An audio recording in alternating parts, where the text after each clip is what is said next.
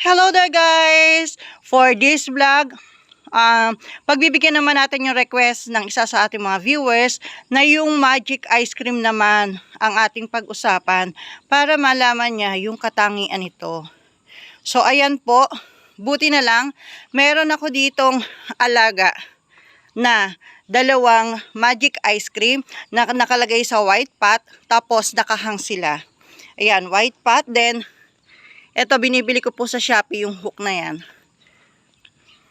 Tapos yung white pot na to, hindi ko po alam ang size basta ganyan o isang dangkal ang taas niya. Ayan, marami po akong ganyang alaga na mga iba't ibang varieties na nakasabit. Kasi nga po, puno na yung aming mga greenhouse, mga patungan, wala na akong mapaglagyan. So, yan yung naisip ko na lagyan sila ng sabitan, isabit, para hindi takaw space. Ganyan din po maaari ninyong gawin sa inyong mga alagang bougainvillea. Kapag yung sanga niya, pababa, katulad nitong si Magic Ice Cream, downward ang orientation ng kanyang mga stem. Yung mga varieties po na ganyan ay magandang isabit or ihang. Ayan, kung lalo na kung maliit lang yung space nyo, lagyan nyo ng mga nakakasabit na ganyan. Pagka po namulaklak sila, ang ganda-ganda, promise. Katulad po nitong magic ice cream na to. Ayan, dalawa po sila. Pero ito maganda dahil yung evenly yung distributed ng kanyang stem, paikot.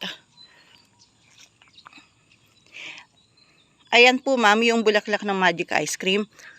Para siyang splash, yung version ng, rare version ng splash. Ayan. Yung bracts niya, iba-iba ang kulay.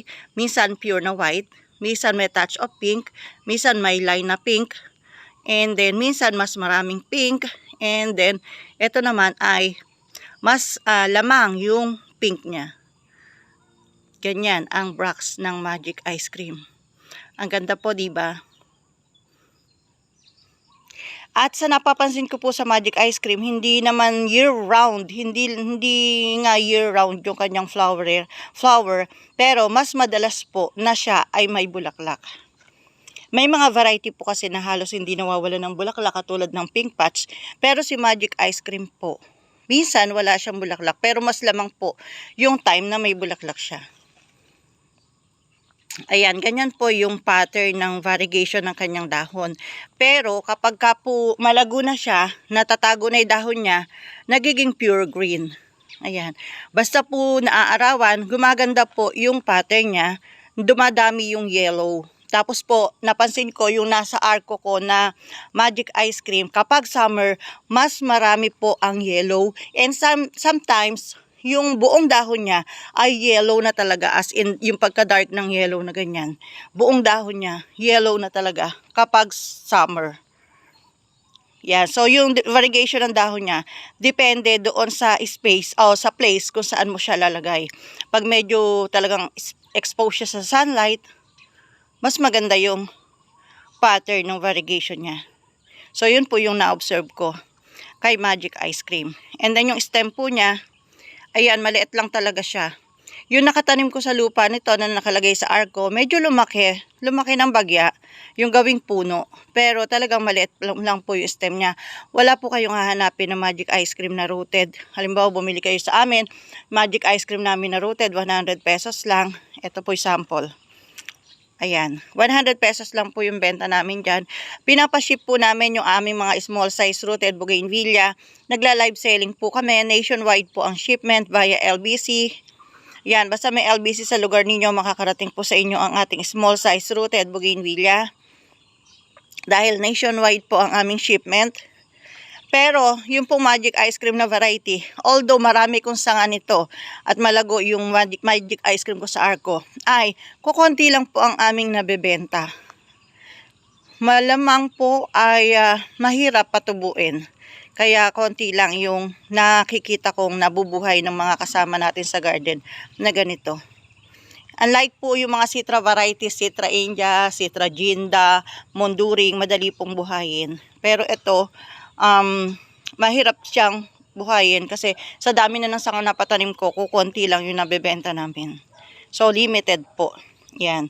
Nagla-live selling po kami sa aming Facebook profile na Bougainvillea Flower Garden. Kung interesado po kayo sa aming mga small size rooted Bougainvillea, pwede po kayong manood ng aming live selling at mag-mine doon.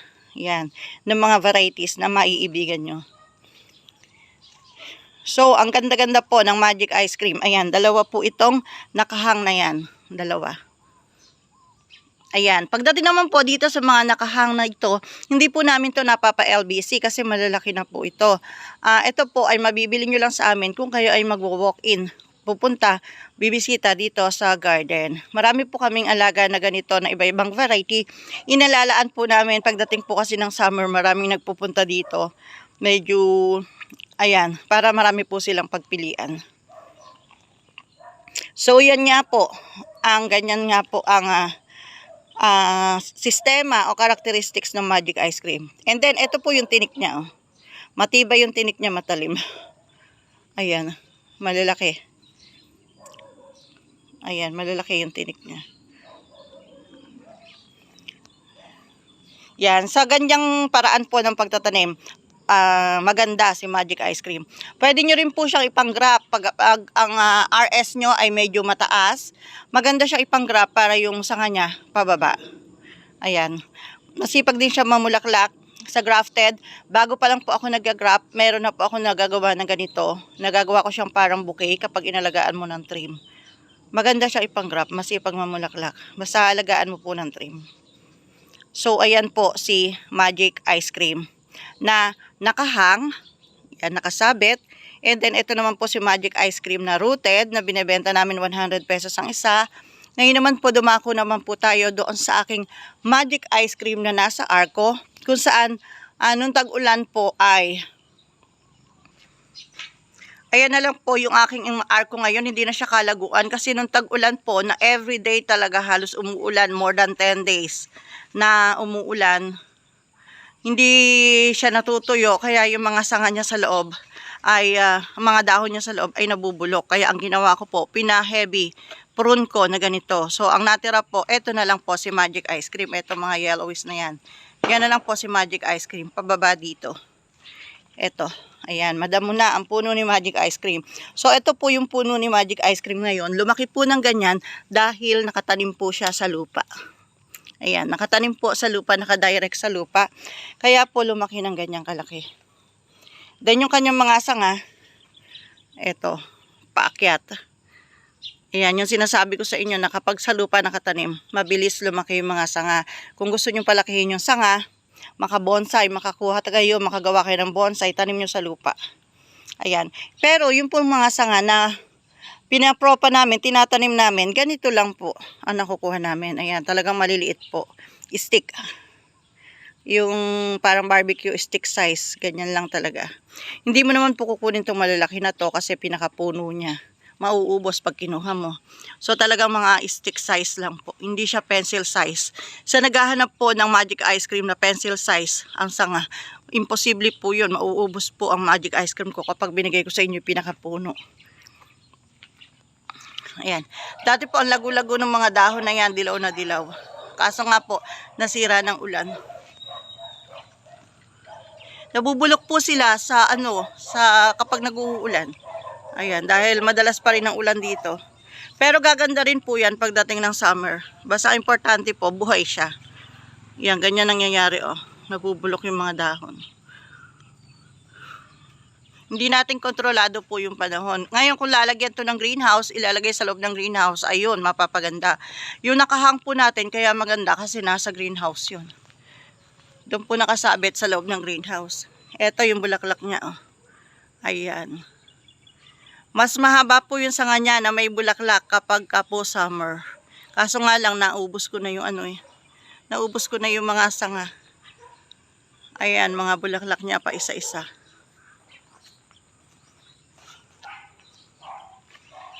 So, yan po yung katangian ng Magic Ice Cream. Kay ma'am po na nagre-request about Magic Ice Cream, eto na po ma'am yung request mo na videos about Magic Ice Cream. Ayan. Ayan po yung mga Magic Ice Cream ko. Okay po, thanks for watching. See you next vlog. Ito pa pala yung sanga ni Magic Ice Cream na may bulaklak, oh. Oh, ha? Tapos to, punta dito, bulok din yung dahon. Ayan. Pero okay lang, importante buhay siya. Okay, ganda ni Magic Ice Cream. Ganda, di ba?